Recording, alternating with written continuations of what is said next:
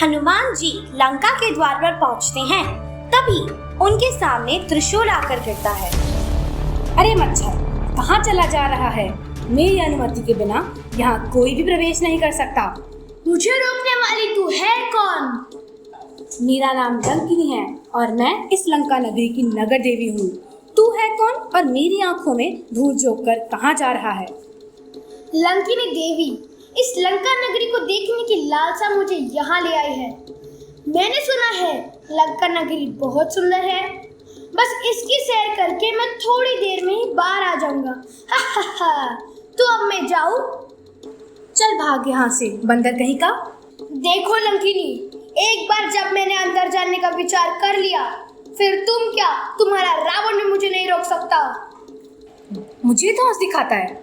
जय श्री राम। मुझे क्षमा कर दो। एक में ही मैं अधमरी हो गई, दूसरे में मैं यमपुरी से धारूंगी। मैं कब से इस घड़ी की प्रतीक्षा कर रही थी। विस्तार में बताओ। अपने पूर्व जन्म के श्राप के कारण मुझे इस दैत्य कुल की राक्षसी बनना पड़ा, परंतु मुझे ज्ञात था कि एक वानर की मार से ही मैं अपने श्राप से मुक्त हो सकूंगी। जिस दिन रावण सीता को यहाँ लेकर आया, उस दिन से मुझे इस बात का आभास हो गया था कि वही इस लंका नगरी के विनाश का कारण बनेगी। अब लंका नगरी को कोई नहीं बचा सकता। मतलब सीता मैया यही है। जय श्री राम। हनुमान जी लंका में प्रवेश करते हैं और सीता को बड़ी ही उत्सुकता से ढूंढते हैं। वे अब अशोक वाटिका पहुंचते हैं और सीता मैया को तलाशते हैं। उन्हें एक रोती हुई महिला की आवाज सुनाई देती है। वे पेड़ से नीचे आते हैं और सीता मैया को करीब से देखते हैं। इनके वस्त्र का रंग इससे बिल्कुल मिल रहा है जो मुझे महाराज सुग्रीव ने दिया था। यही मेरे राम की सीता है, यही मेरी राम की सीता है। हनुमान जी पेड़ पर छुप जाते हैं। रावण सीता मैया के पास आता है। सीते, इतना विलंब मत करो। मैं लंकापति रावण हूँ। यदि तुम मुझसे विवाह करोगी तो मैं तुम्हें लंका की रानी बना के रखूंगा। बाकी सब रानियां तुम्हारी दासी बन के रहेंगी। भूल जाओ उस पाखंडी राम को। उसने तुम्हें दिया ही क्या है? मूर्ख रावण, तेरा इतना दुस्साहस कि तू मेरे राम को पाखंडी कहता है। अरे पाखंडी तो तू है जो उनकी संपत्ति को हड़पने की योजना बना रहा है। मेरी बात मान, अपनी गलती स्वीकार कर और श्री राम के आगे समर्पण कर दे। वो तुझे शीघ्र ही क्षमा कर देंगे और अपने शरण में ले लेंगे। वो तो इतने दयालु हैं। जो खुद ही जंगलों में फिर रहा है उसकी शरण में जाऊं? हा हा हा। अरे मूर्ख, मेरे राम ही तो है जो तेरे हृदय में भी विराजमान है और तेरी सारी इच्छाओं की पूर्ति कर रहे हैं। उनकी अनुमति के बिना तू एक श्वास के लिए भी तरस जाएगा। आज तक तीनों लोकों में किसी ने भी श्री राम की पत्नी से ऐसा बोलने का दुस्साहस नहीं किया है। तेरा अंत निकट आ गया है धूर्त रावण, निकट आ गया है। मैं तुझे 1 माह का और समय देता हूँ। यदि तूने मेरे प्रस्ताव को स्वीकार नहीं किया तो मैं तेरे टुकड़े टुकड़े कर तुझे खा जाऊंगा। हाँ, तुम सब शीघ्र ही ऐसा उपाय करो कि सीता हमसे विवाह के लिए तैयार हो जाए। साम दाम दंड भेद सभी नीतियों का प्रयोग करके सीता को रास्ते पर ले आओ, अन्यथा तुम सबका जीवन समाप्त समझो। अरे मूर्ख, लंकापति स्वयं तुझे शादी का निमंत्रण दे रहे हैं और तू इतने नखरे दिखा रही है। क्या तुझे पता नहीं है कि हमारे राजा ने तीनों लोगों पर विजय प्राप्त की है? सारे देवी देवता उनसे थर थर कांपते हैं। अरे छोड़ो, अब और इसे समझाना।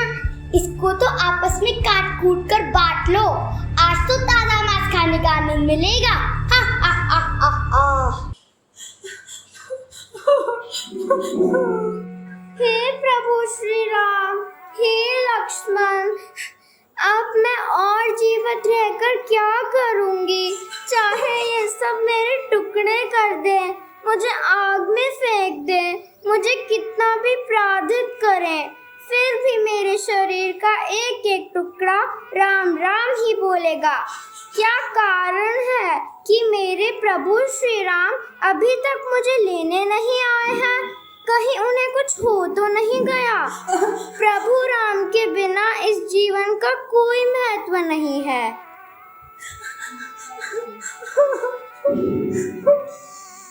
सीता मैया अपने आप को मारने की कोशिश करती हैं। मुझे शीघ्र ही कुछ करना होगा, वरना बहुत देर हो जाएगी। हरि बोल। अभी सीता जी का मनोबल थोड़ा नीचे हो रहा था, तो इसलिए अभी जो डांस है तो उनका मनोबल उठाने के लिए बीच में ही डांस रखा गया है। रामचंद्र रघुवीरा रामचंद्र रणधीरा।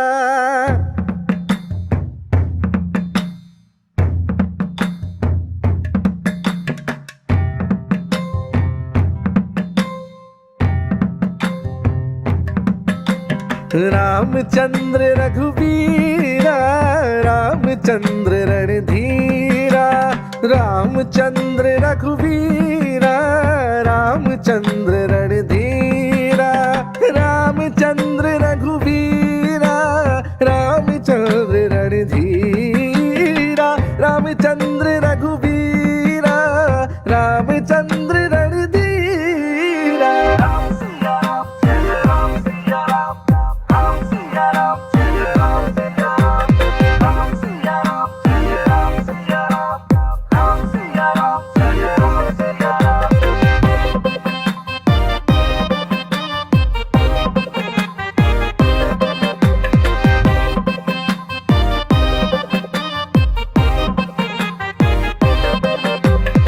लाख कमा ले धन कोई चाहे लाख रहे परिवार, अंत उसी का हो भला जिसका है नाम आधार।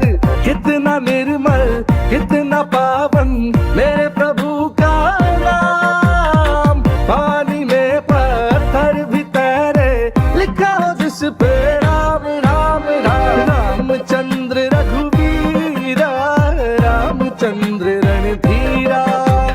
रामचंद्र रघुवीरा रामचंद्र रणधीरा। रामचंद्र रघुवीरा रामचंद्र रणधीरा। रामचंद्र रघुवीरा रामचंद्र रणधीरा।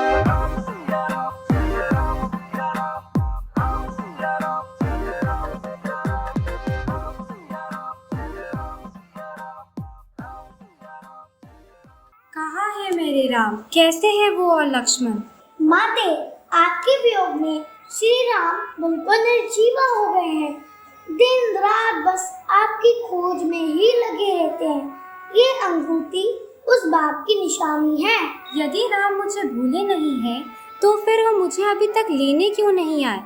वो दुष्ट रावण जीवित है, इसका यही अर्थ है कि वो मुझे भूल गए हैं। माते, आपकी शिकायत है कि श्री राम आपको भूल गए हैं, परंतु मुझे ऐसा प्रतीत होता है कि श्री राम स्वयं को ही भूल गए हैं। वो भूल गए हैं कि वो कितने शक्तिशाली हैं। सारा समय वो सिर्फ आपके विचारों में ही खोए रहते हैं। पुत्र, अब उन्हें जाके मेरी याद नहीं, अपितु उनकी शक्तियों के बारे में याद दिला। यदि शीघ्र ही श्री राम मुझे लेने नहीं आए तो मैं अपने प्राण त्याग दूंगी। मुझे शीघ्र ही श्री राम के पास जाकर उन्हें ये सूचना देनी चाहिए। इतने मीठे और ताजे फल देखकर तो मुझे बहुत भूख लगने लगी है। अरे ये क्या हुआ? कहीं ये स्वप्न तो नहीं? ऐसा कार्य करने का किसने दुस्साहस किया? अरे देखो देखो देखो तो सही, ये वानर कैसे किसी बिना बहे के फल खा रहा है। पकड़ो इसे, पकड़ो पकड़ो। वानर वानर वानर वानर। ये कैसा शोर है? राजकुमार, एक वानर वाटिका में घुस आया है। उसने पूरी वाटिका ध्वस्त कर दी है। याद रहे वो बंदर कल का सूरज ना देखने पाए। ए वानर, अगर अपने प्राण प्यारे हैं तो शीघ्र ही नीचे आ। मेरे प्राण तो मेरे हैं ही नहीं, वो तो मेरे प्रभु श्री राम के हैं। यदि मुझे मिलने का इतना ही मन है तो तुम ही ऊपर आ जाओ। इसको तो सबक सिखाना ही पड़ेगा। ये सब क्या हो रहा है? क्या सीता ने मेरा प्रस्ताव स्वीकार कर लिया है? महाराज, सीता को छोड़िए, यहाँ तो एक बंदर ने कोहराम मचा कर रखा है। मुझे तो प्रतीत हो रहा है कि यह श्री राम का कोई दूत है। अगर दूत ऐसा है तो स्वामी कैसे होंगे? बस जय श्री राम कह के सबको मार रहा है। ए बंदर, तेरा इतना साहस! तू मेरी लंका में आके मेरी ही वाटिका को ध्वस्त कर रहा है। कौन है तू और किसके आदेश पे तू यहाँ आया है? रावण क्रोध में आकर हनुमान जी की पूंछ में आग लगा देता है और हनुमान जी उस क्रोध को भगवान की सेवा में ही उपयोग कर सारी लंका नगरी में आग लगा देते हैं। उसके बाद वो वहाँ से जाने का निश्चय करते हैं और सीता माता के पास आते हैं। माते, अब आपको और श्री राम की प्रतीक्षा करने की आवश्यकता नहीं है। श्री राम का दूत अथवा पुत्र आपको यहाँ से ले जाने की अनुमति मांगता है। नहीं पुत्र, मैं तुम्हारे साथ यहाँ से नहीं जा सकती। परंतु क्यों माते? एक पर पुरुष के साथ ऐसे जाना अच्छा नहीं है पुत्र।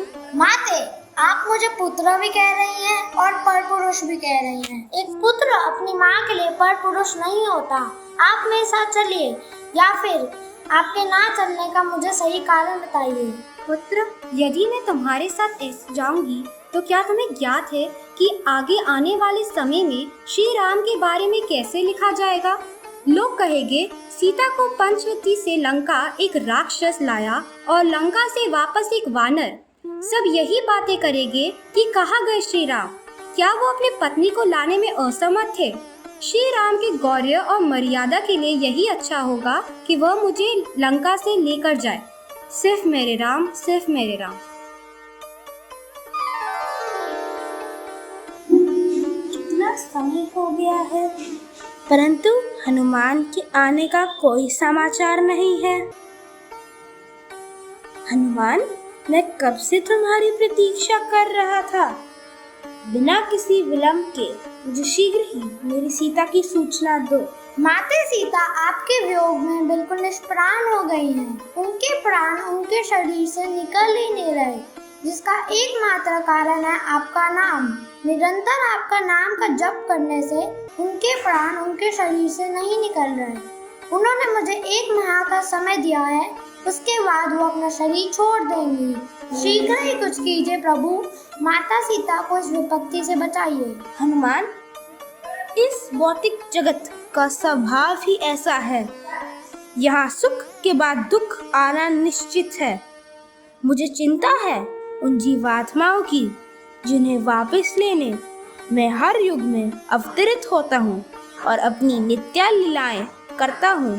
जिसे स्मरण कर वो इस जीवन मृत्यु जारा व्याधि के चक्कर से मुक्ति पा सकें और मेरे वैकुंठ धाम में मेरे साथ नित्यवास कर सके। दक्षिण की ओर कूच की तैयारी की जाए। हमारे साथ श्री रघुनाथ को किस बात की चिंता, शरण में रख दिया जब माथ को किस बात की चिंता। हमारे साथ श्री रघुनाथ हमारे साथ श्री रघुनाथ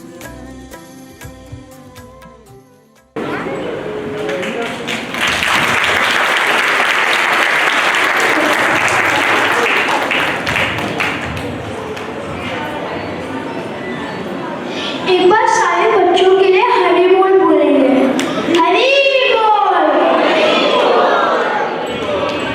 हरे कृष्णा। सियावर रामचंद्र की जय। आइए अब हमारे नन्हे कलाकारों से आपका परिचय कराएं। आप तालियों के साथ इनका स्वागत कीजिए और उत्साह बढ़ाइए। हमारे